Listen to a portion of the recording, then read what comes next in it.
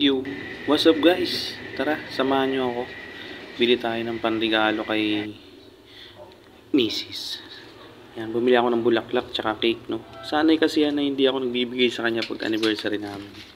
Tingnan mo yung mukha niya. Yung iabot ko na yung bulaklak. Kikita mo yung genuine niya. Tuwa na. Nakakatawa. Nakakatawa na ako sa yung tawa niya. So, yun, pagkatapos ko siya bigyan ng bulaklak, alas 4 ng hapon, yan, pumunta kami ng Cubao, no? SM Cubao. Kasi, pupunta kami dun sa pangarap namin ng bata kami. Pupunta kami ng Fiesta Carnival. Kasi, hindi pa kami nakakapunta dyan eh. Pero bago kami pupunta doon, kumain muna kami kasi nakakagutom na ng oras na yan. Na-traffic pa kami sa C5. Alas 5 kami umalis dito sa Taguig. Nakarating kami ng SM Cubao. 7:30 na. Grabe naman yung traffic sa C5. So yan, kumain na nga kami. Diyan lang kami kumain sa Classic Subway. Medyo sobrang dami yata ng in-order ni Mrs. Talagang napalaban tayo dyan sa kainan. Yan, no? Pahawak-hawak na lang tayo sa ulo kasi sobrang busog na eh. Nakakaantok na. So, yun. Proceed na kami dito papuntang Fiesta Carnival. Yan. Dito lang yan. Sa may katapat lang ng SM Cubao. Katabi lang mismo yan. Sa kabilang kanto lang.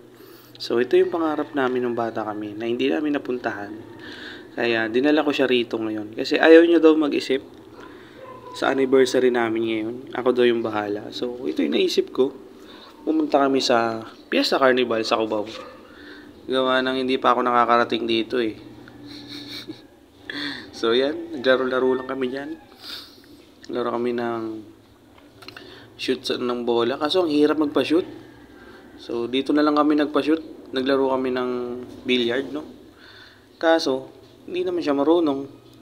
So, mati, ako lang taga-ubos. Baka ano to, kumakain to ng bola dati. Batang bilyaran. Spatter lang. So, yan na nga. Naglaro kami dyan. 30 minutes. Ating oras is 1:15. So, yan. Kala mo talaga makakakuha siya dyan. Tapos mamaya-maya nagreklamo. Andaya daw ng pangkuha. Sobrang lambo. Umaasa pa siyang makakakuha, oh. Kala mo talaga makakakuha ka dyan. Oh, yan. Nagdadabog po. Pag nagdupadabog na si ate, sobrang suwabe. So, yan. Tapos, nag-ikot kami dyan. Kaso nga lang, punta namin dito, no? Dahil sobrang init. Gawa na siya ng aircon na. So, nakakahilo sa loob. Ang ganda sana ng mga laro eh. Mababalik ka talaga sa pagkabata mo, yung batang lantis. Kasi, iba yung ambience dito pag pumunta ka rito dati. Sobrang saya. So, punta namin, sobrang init kasi aircon. Nakakahilo sa loob. Pero anyways, nag-enjoy naman kami kasi talagang babalik ka sa 90s vibes dyan. So yan, punta kami. Mag-bowling sana kami kaso kailangan ng card eh. Wala kaming card. Sobrang mahal naman pagka kukuha ka ng card. Yan. So yan, nag-ikot-ikot na lang kami dito. May mga snow play nila dyan. So mga bata.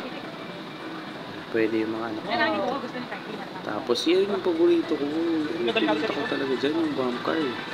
Kaso nga lang, hindi kami napagbigyan kasi nahihilo na ako sa loob.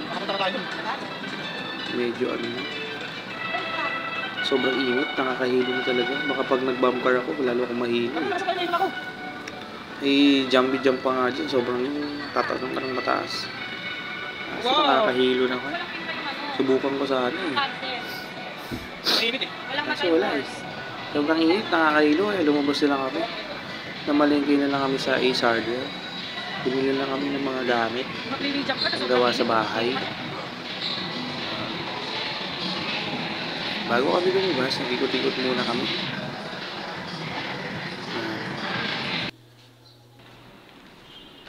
Okay. So yan. Nawalan na ng powers kasi nalugi daw siya dun sa nilalaruan niya. Kaya tinatamad na umuwi. Tinong namalingkay na kami dyan.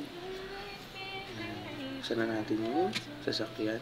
Tayo magbihis na. Tayo uuwi na. Maraming salamat sa panonood. See you next time.